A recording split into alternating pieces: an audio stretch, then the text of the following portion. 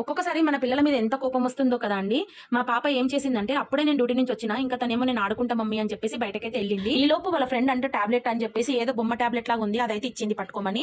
ఇంకా మాలిట్టి ఊరుకుంటుందో నాకు జ్వరం వచ్చింది నేను టాబ్లెట్ వేసుకుంటా అని చెప్పి నోట్లో పెట్టుకుందంట. ఇంకా నోట్లో పెట్టుకోగానే ఆ టాబ్లెట్ మరి ఏమైందో ఏమో కానీ మింగేసింది.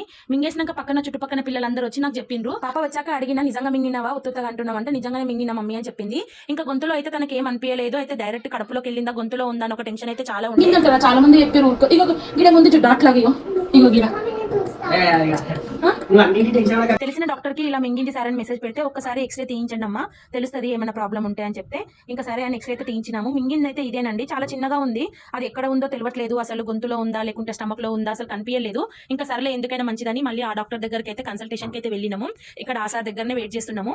ఇక ఒకసారి అయితే కెమెరా పెట్టిండు, గొంతులోకి కెమెరా పెట్టి అయితే చూసిండు, అసలు ఏం లేదు అని చెప్పిండు. మరి ఇంకో 2-3 డేస్ అయితే అబ్జర్వ్ చేయండి, మంచిగా ఫుడ్ పెట్టండి, మోషన్ పాస్ చేసినప్పుడు ఒకసారి అబ్జర్వ్ చేయండి, మోషన్ లో కూడా వచ్చేస్తుంది అని చెప్పి ఒక 3 డేస్ తర్వాత చూసి మళ్ళీ డాక్టర్ కన్సల్టేషన్ అయితే వెళ్ళాలండి.